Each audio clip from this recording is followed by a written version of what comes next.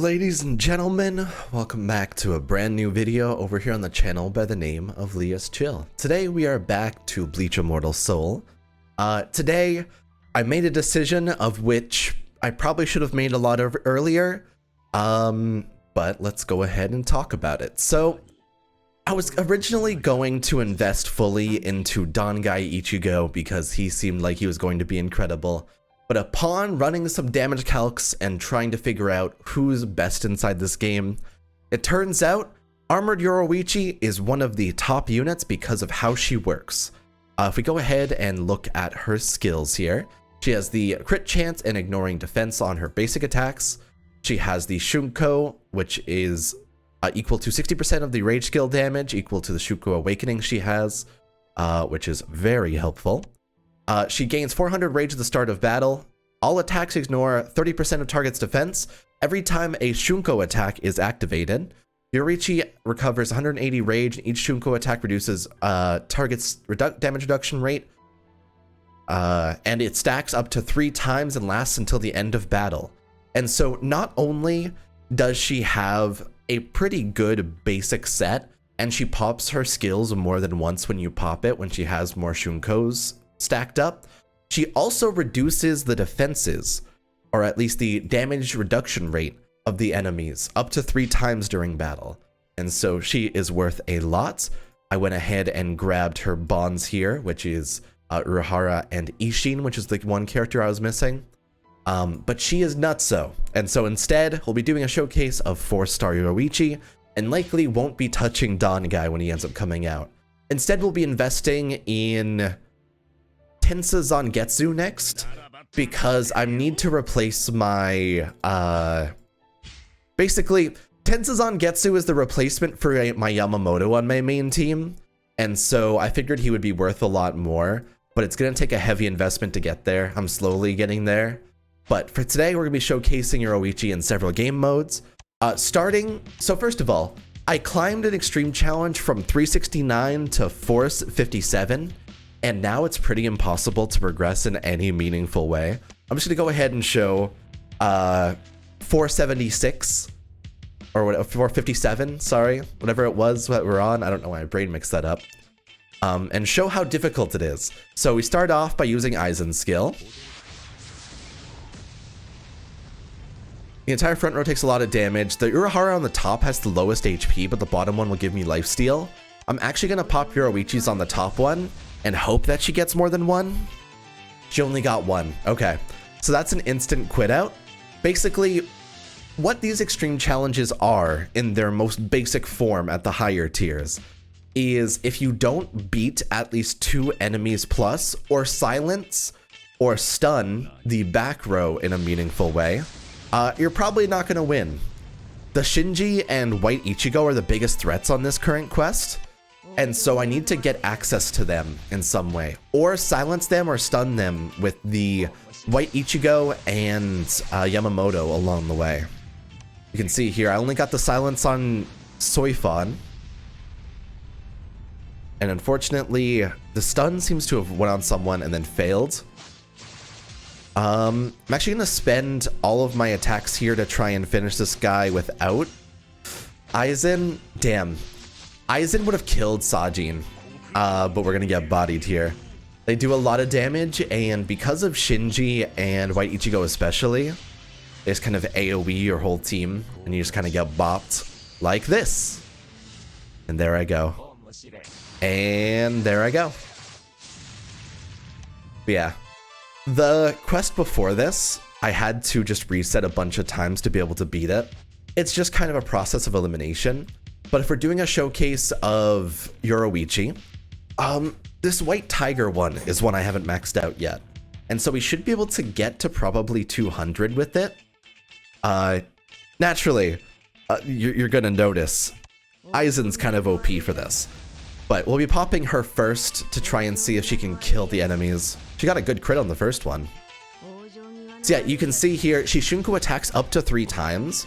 And if she hits all 3, the enemy that she hit most of the time will die to my Aizen attack. And then when the enemy dies to it, she gets a little bit of recharge. I actually think that I want to give her a War Soul that recovers some on I don't know if I could give her one that recovers on defeat or give her some rage like the Asura Soul. But like Aizen gets his way faster than she does, unfortunately. Even so, it helps guarantee that kill on the first turn that lets Aizen use a second attack. And so you can see here, she was 16% while Aizen was 59%. So definitely, I think where she stands out the most and where she's improved my team the most is probably Squad Boss. So we'll definitely do that one later on today as well. But here, so here I would acknowledge the threat as Urahara, because Urahara is the UR of which has strong bleed and pretty much guarantees a kill on a row. And so we got 2 attacks in, no crits so far. Can I get a third one? No. Okay, so if I don't get a third one, I don't know if Aizen kills that Urahara. It's a lot of crits.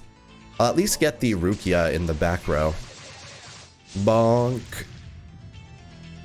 I actually did get Kenny's, that's not bad. This is pretty much what Extreme Challenge turns into. Have characters that link separately that slowly get their attacks one by one. So I'm gonna kill Urahara with these. I think we kill Tessai, yeah, with that. And then Aizen should be able to get that done. Cool. And yeah, once the enemies in the first turn at the very least are down to 1 or 2 people, you're not really in threat of being one shot. They still do quite a bit of damage, but it's less threatening at least. Unfortunately, Yoruichi doesn't get her skill on the second turn. I would want to build her a little bit better. Currently what I have on her, if I were to show off her kit, I don't think this is the best kit she can have whatsoever. I'm currently running crit chance and damage rate, as well as normal attack, and attack rate, damage rate, and extra attack. I feel like I would want to give her some sort of extra rage recharge on this, but none of the ones I have here really are some. See, this is rage skill damage. I feel like that'd be really good for her if I wanted to replace my Nelliel. She really seems like, so she already ignores defense by default, so stuff like the War Soul of Crimson isn't really that helpful, as well as the War Soul of the Eye. Like that's the ignoring defense by itself. Crippling might be helpful because she already debuffs the enemies. This is a defense debuff whenever you use it. You just kind of got to look at these and see which ones you want to use. I don't think I have any that stand out, though the War Soul of Asura would be a really good pick, frankly. I wonder if I could find one of these that are a little bit better, but here. We can just keep on going for now. We're going to do 2 more extreme challenges with her, and then we're going to try out some Squad Boss. I'm actually excited to see what they end up doing with the Squad Boss update. Today we actually got a new release of characters, and it's going to be Kaze Shini. And so I think after Dangai, they're immediately going into the Zanpakuto arc with like Sode no Shirayuki and stuff like that. Which is less hype. I do think that I have less interest in pulling for characters like that. We got a nice crit on that one, actually. I think we kill Shuhei because of it. Shuhei and Soifan, not bad. I'm actually going to do the row attack on the bottom one here. We're going to pop in this Byakuya. I don't think Byakuya kills, let's say, Gonzo, like Garbanzo Bean. Ganju is his name. Whoopsie. Slice you up. Not too bad. He died. Oh, he actually didn't die before White Zangetsu. Damn. Would have been able to kill Omaida too. Alrighty, I don't think we die here. That rage reduction's actually pretty scary though. Because with the rage reduction, it makes it so that I can't use a skill. You killed an ally though, so now I can use all my skills. Because that's how White Tiger works. Anytime an enemy or your actual team dies, you get a bunch of benefits. Actually, I guess we should get to 185, right? The really hard quests are always every 5th floor. And so that's kind of the place you want to stagnate at, if anything. Granted, on the main one, every single stage is a trouble now. Here, so we kill all of them. I feel like we probably want to focus... Honestly, Hiyori took the most damage, so I'll probably just do that. Can I get 2? Oh, we got 2. Can we get 3? We got 3! Alright, that's best case scenario using this Yoruichi. On the first turn, if you get 3 procs of her skill, that is absolutely the best possible thing that can happen. I'm gonna get Suga up top, because I think that Hiyori dies to Byakuya. I don't know if Aizen gets a skill from this, though. Does he? No. Ichigo does, though. Bump, bump, bump. I actually see a lot of ads for this game around these days, and they try to advertise the fact that this Ichigo, which is the OG starter one, you can change his outfit a bunch. It goes like OG without Shikai, it goes Shikai, and then it goes Bankai. But they advertise the half mask version and the full mask version. I literally haven't seen that, even though I've played this game for however long. Like, they haven't released that as an actual feature just yet. Granted, BBS hasn't released any of that character. BBS literally refuses to for some goddamn reason. I don't know why. A half-mask version of Ichigo is the one that everyone loves. I want to say it was one of the hypest moments from... Would you consider that season 1? I don't know if I would consider that season 1. But like the first arc, the first good arc of the series, Soul Society. That moment was like peak in my childhood. That was the moment I remembered the most, and that's because I was a little angsty kid who loved that kind of shit. It was such a mystery. Wow, what it could possibly be. Just turns out it was a white guy in Ichigo's head. It do be like that. But that is another one done. I will definitely take that. Was that 186? That was 185, and I didn't get a very good benefit. I guess the next one's at 190. That's fine. I think I could probably get to 190 pretty easily today. But let's just go ahead. I want to try Squad Boss since that makes a little bit more sense for the video. Then we'll wrap up for today. I'm hoping... So the average I usually hit... so this guy is 356. I usually hit... Yeah, 4... Is that 4 million? 1, 2, 3, 4, 5, 6, 7, 8. Yeah, it's 4 million. Okay, yeah. So I usually hit around there. We're going to try to shoot for that. All right, let's get it done. So weird that Nell has like built-in scrunchies into her designs in this form. I don't know, just something about it. In her CFYOW, or her form that's from the novel, she has just the worst design possible. So I like this one a hell of a lot better, even though it's a horse form. But like, she just has fur coming out of her crotch for some reason. It is weird and awkward. Oh, Yoruichi actually didn't get a crit. She has a really high chance to crit most of the time. You'll see her crit on most turns. All right, so we're just gonna pop these two. On Squad Boss, often my MVP ends up being the Ukiura because he heals the team for a large amount during this like type of quest. Here, I believe in the crit. I got it. Good stuff. The thing is, like, because of how weak she is right now, even when she crits, she doesn't hit for like the damage that Aizen will. When I pop in her skills when she does best, she can get 3 stacks of it. I didn't think I was gonna get it there. That's unfortunate. But yeah, Aizen's definitely made for clearing out more waves, so his skill is pretty trash at Squad Boss.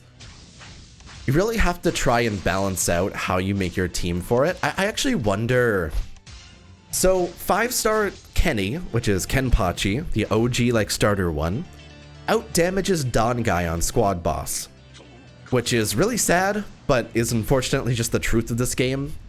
I wonder if Kenny also out-damages this Aizen on Squad Boss, just because this Aizen isn't made for this game mode.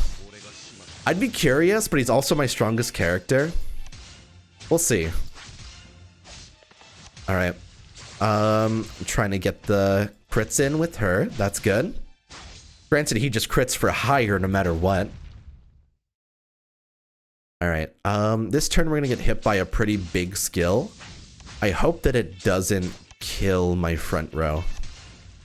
Sometimes during this round, it'll just do a little bit too much damage and end up killing my Nell and my buddy old pal by the name of Yamamoto. Yeah, that hurts. It's okay. They survived that round, so we'll be a lot better off. We'll do Ukiura into Yoruichi and see if she gets more than one. If she gets more than one, we should hit over 4 mil. Come on. Got more than one. Can I get a third one? Can I get a third one? I got it. Good stuff. I don't know if that's guaranteed, but it feels like it isn't. I think you can get only 2. Bunk. Full damage there as well. All right. You'll see every time my characters hit the enemy, they get a little bit of health back, which is really nice. Definitely Ukiura for a tank is just pretty helpful for the general team because of it. Bonk. No crit today. All right. Good thing I chose White Ichigo to go second. The damage increases the further along you get in the combo, so you basically want the person that's going to crit that turn to be the last one that hits, or your strongest character. And so it's always a 50-50 between White Ichigo and Yoruichi for me. Alright. This round, we're going to end up losing some characters. We lost Yoruichi because she's a little bit too weak.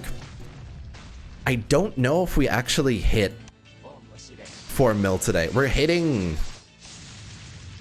3.9, the very least. Yeah, we actually hit it. Nice. Definitely Yoruichi. So I used to hit just above 3.2. So Yoruichi has surpassed the damage that Kenny does by at least a little bit on my team. You can see here, Ukiura got MVP for his healing. Nell's pretty good. Yoruichi definitely just barely passes my Yamamoto, so not super fantastic there. But as she continues to level up, don't forget she's still like gold +2. When she's at red +4, this will probably get way above White Ichigo's. And so that'll be very nice. 4.1 is pretty good. But the next margin for chest rewards is unfortunately much higher. I believe it's literally 8 mil. So gonna be a large jump from here to there.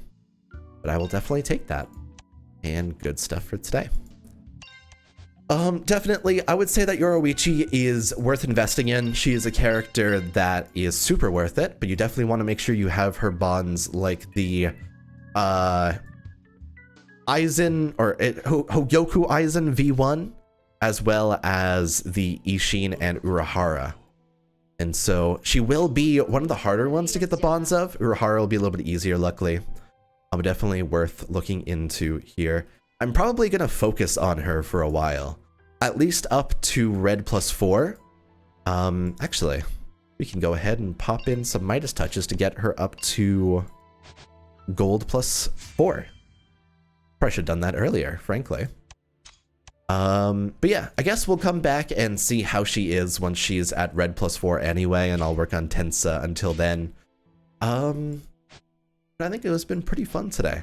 Frankly, I'm really happy with investing in her. Definitely one of my best investments so far inside this game. So big thumbs up from me. And thank you guys for watching.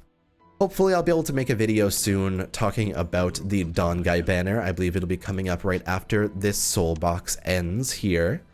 And so definitely looking forward to that. I don't know if I can guarantee him just yet, but I will definitely take a look at it and we will kind of reach there eventually. And yeah, I'll just talk about the next update that comes to the game. Kaze Shini isn't that interesting, so I'm probably not going to talk about him. He's not even here just yet. But thanks for watching, take it easy, and I'll see you guys in the next one. Bye, everybody. Take it easy.